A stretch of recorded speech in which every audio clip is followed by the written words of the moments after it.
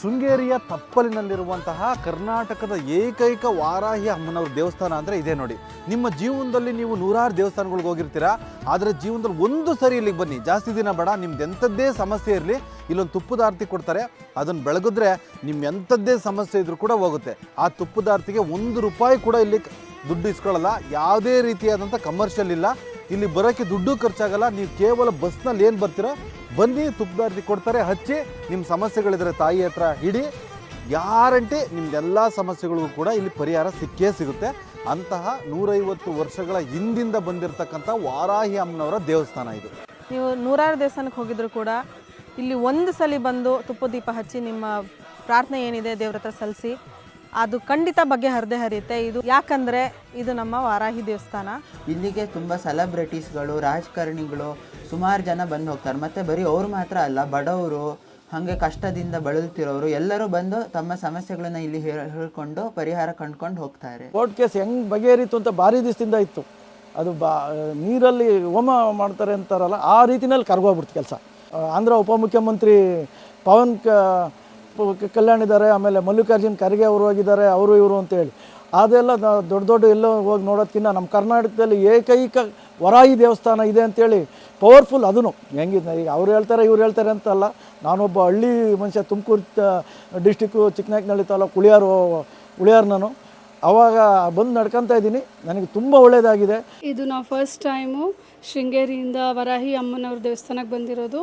ನಾವು really we are very happy and ಈ ಡಿವೈನಿಟಿಯಿಂದ we all feel blessed and the environment is very good. ಇದು ನಮ್ಮ ವಾರಾಹಿ ದೇವಸ್ಥಾನದ ಯಾಗಶಾಲೆ. ಇಲ್ಲಿ ಬಂದು ನಾವು 150 ವರ್ಷದ ಹಿಂದೆ ಯಾವ ಥರ ಹೋಮ ಹವನಗಳು ಇದನ್ನೆಲ್ಲ ನಡೆಸ್ತಾ ಇದ್ವು, ಅದೇ ಥರನೇ ಇಲ್ಲಿ ನಾವು ಈಗ ಪ್ರತಿದಿನ ಕೂಡ ನಮ್ಮಲ್ಲಿ ಹೋಮ ಹವನಗಳು ಇದೆಲ್ಲ ನಡೀತಾ ಇದೆ. ಇಲ್ಲಿ ಭಾಗವಹಿಸಿದವರಿಗೆ ತುಂಬ ಜನಕ್ಕೆ ಒಳ್ಳೇದು ಕೂಡ ಆಗಿದೆ. ಒಂದು ದಿನ ಅಥವಾ ಒಂದು ವಾರದಲ್ಲಿ ಕೂಡ ಅದು ಕ್ಲಿಯರಾಗಿ ಇಲ್ಲಿ ಬಂದು ಅವರು ಹರಕೆನ ಸಲ್ಲಿಸಿ ಎಲ್ಲ ಹೋಗಿದ್ದೆಲ್ಲ ಉಂಟು. ಭೂಮಿಗೆ ಸಂಬಂಧಪಟ್ಟಿದ್ದು ತುಂಬ ಇದೆಲ್ಲ ಬಗೆಹರಿದಿದೆ. ಒಂಥರ ಹೇಗೆ ಅಂತಂದರೆ ನೀವು ಇಲ್ಲೇ ಬಂದು ಇದು ಮಾಡಬೇಕಂತಿಲ್ಲ, ಅನಿವಾರ್ಯವಾಗಿ ಕೆಲವೊಂದು ಟೈಮಲ್ಲಿ ಇಲ್ಲಿ ಬರೋಕ್ಕಾಗದೇ ಇರೋಂಥ ಸಿಚುವೇಶನ್ಗಳು ಕೂಡ ಇರಬಹುದು. ಇನ್ನು ಕೆಲವರು ಫಾರಿನಿಂದ ಕೂಡ ಇಲ್ಲಿ ವಿಡಿಯೋ ಕಾಲ್ ಮಾಡಿ ಪೂಜೆಗಳು ಇದು ಎಲ್ಲ ಮಾಡಿಸ್ಕೊಂಡು ಅದು ಕೂಡ ಸಕ್ಸಸ್ ಆಗಿ ಅವರು ಕೂಡ ಅಲ್ಲಿಂದ ಮತ್ತೆ ಬಂದು ಇಲ್ಲಿ ದೇವಸ್ಥಾನದಲ್ಲಿ ಅಮ್ಮನವರಿಗೆ ಇಲ್ಲಿ ಬಂದು ಸೇವೆಯನ್ನು ಸಲ್ಲಿಸಿದ್ದಾರೆ. ಏಪ್ರಿಲ್ 10ನೇ ತಾರೀಕಿಂದ ಮೇ 30ನೇ ತಾರೀಕುವರೆಗೂ ಬೇಸಿಗೆ ರಜೆ ಇರೋದ್ರಿಂದ ಪ್ರತಿದಿನ ಅನ್ನದಾಸೋಹ ನಡೀತಾ ಇರುತ್ತೆ. ಇಲ್ಲಿ ಬಂದು ಅಮ್ಮನವರ ದರ್ಶನ ಮಾಡಿ ಪ್ರಸಾದ ಸ್ವೀಕರಿಸಬೇಕಾಗಿ ಕೇಳ್ಕೊಳ್ತೇವೆ. ಇದು ವಾರಾಹಿ ಅಮ್ಮನವರ ದೇವಸ್ಥಾನ. ಇದು ಶೃಂಗೇರಿ ದೊಡ್ಡಹೊನ್ನೆ ಅನ್ನೋ ಒಂದು ಗ್ರಾಮದಲ್ಲಿ ಈ ದೇವಸ್ಥಾನ ಲೊಕೇಟ್ ಆಗಿದೆ. ನಿಮಗೆ ಏನೇ ಡೀಟೇಲ್ಸ್ ಬೇಕಾದರೂ ಇಲ್ಲಿ ಸ್ಕ್ರೀನ್ ಮೇಲೆ ತಿಳಿಸಿರುವಂಥ ನಂಬರ್ಗೆ ಕಾಂಟ್ಯಾಕ್ಟ್ ಮಾಡಿದ್ರೆ ಇಲ್ಲ ವಾಟ್ಸಪ್ ಮಾಡಿದ್ರೆ ನಿಮಗೆ ಅದರದ್ದು ಏನು ಡೀಟೇಲ್ಸ್ ಇದೆ ನಾವು ಅದರಲ್ಲಿ ಶೇರ್ ಮಾಡ್ತೀವಿ. ಪೂಜಾ ಸಮಯ ಬಂದು ಬೆಳಗ್ಗೆ 8:30ಯಿಂದ ಮಧ್ಯಾಹ್ನ 1:30ವರೆಗೂ ಇರುತ್ತೆ. ಮಧ್ಯಾಹ್ನ 2:30ಯಿಂದ ನೀವು ಬೇಕಾದರೆ ಬಂದು ಅಮ್ಮನವ್ರದ್ದು ದರ್ಶನ ಮಾಡಿ ಮತ್ತೆ ನೀವು ಹೋಗ್ಬೋದು. ನಾವು ಇಲ್ಲಿಗೊಂದು 3 ವರ್ಷದಲ್ಲಿ ಅನ್ಎಕ್ಸ್ಪೆಕ್ಟೆಡ್ ಆಗಿ ಹೋಗ್ಬೇಕಾದ್ರೆ ಅಲ್ಲಿ ಮೇಯ್ನ್ ರೋಡಲ್ಲಿ ಈ ರೋಡ್ನಲ್ಲಿ ವಾರಾಹಿ ದೇವಸ್ಥಾನ ಅಂತೇಳಿ ನೋಡಿದೆ. ನಾನು ಮುಂಚೆ ನಮ್ಮ ಮನೆಯಲ್ಲಿ ಈ ಆಷಾಢದಲ್ಲಿ ವಾರಾಹಿ ಪೂಜೆ ಮಾಡ್ತಾಯಿದ್ದು ನಮ್ಮ ಮನೆಯವರು ನಾವು ಎಲ್ಲ. ಅದನ್ನು ನಾನು ತಮಿಳ್ನಾಡಿಗೆ ಹೋಗ್ಬೇಕು ಅಂದ್ಕೊಂಡಿದ್ದೆ.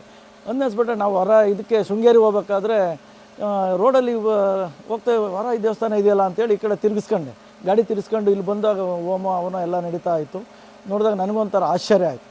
ಆವಾಗ ಬಂದು ಇಲ್ಲಿ ಕೆಲವೊಂದು ಬೇಡಿಕೆಗಳನ್ನ ನಮ್ಮ ತಾಯಿಗೆ ಪೂಜೆ ಮಾಡಿಸಿ ಅರಿಕೆ ಮಾಡ್ಕೊಂಡು ಹೋದ ಒಂದು ತಿಂಗಳಲ್ಲಿ ನನ್ನ 2 ಕೆಲಸಗಳಾದವು. ನನಗೆ ಅಚಲವಾದಂಥ ನಂಬಿಕೆ ಬಂತು. ನಂಬಿಕೆ ಬಂದ ತಕ್ಷಣವೇ ನಾನು ನಮ್ಮ ಸ್ನೇಹಿತರುಗಳಿಗೆ, ಆಮೇಲೆ ಅಕ್ಕಪಕ್ಕ ಎಲ್ಲ ನನ್ನ ಸ್ನೇಹಿತರು ಎಲ್ಲರಿಗೂ ಹೇಳಿದೆ. ಅವರು ಬರೋಕ್ಕೆಲ್ಲ ಬಂದು ಹೋಗ್ತಾ ಇದ್ದಾರೆ. ಈಗ ನಾನು ತಿಂಗಳಲ್ಲಿ ಇಲ್ಲ 2 ತಿಂಗಳಿಗೆ ಒಂದು ಸರಿ ಇಲ್ಲಿ ಬಂದು ನನ್ನ ಕಷ್ಟ ಸುಖಗಳನ್ನ ಅಮ್ಮನ ಹತ್ರ ಬೇಡ್ಕೊಂಡು ನಾನು ಬಗೆಹರಿಸ್ಕೊತಾ ಇದ್ದೀನಿ. ಇಲ್ಲಿ ಭಟ್ರುಗಳು ಒಂದು 9ರಿಂದ 11 ಜನ ಭಟ್ರಿರ್ತಾರೆ ಆ ಹೋಮಕ್ಕೆ ಅಂತಲೇ. ನೀವು ಬೇರೆ ಯೂಟ್ಯೂಬ್ ಚಾನಲ್ಗಳಲ್ಲಿ ನೋಡಿರ್ಬೋದು. ಇಲ್ಲಿ ಸುಮ್ಮನೆ ಹೇಳ್ತಾರೆ ಅದು ಇದು ಅಂತಲ್ಲ. ಇಲ್ಲಿ ಬಂದು ನೀವು ನೋಡಿ, ನೀವು ದುಡ್ಡು ಕೊಟ್ಟು ನೀವು ನಿಮ್ಮ ಕೆಲಸ ಆದಮೇಲೆ ಮಾಡಿಸೋದಲ್ವ, ನೀವು ಕಣ್ಣಾರೆ ನೀವು ಮಾಡಿಸೋದು ಹೋಮನ.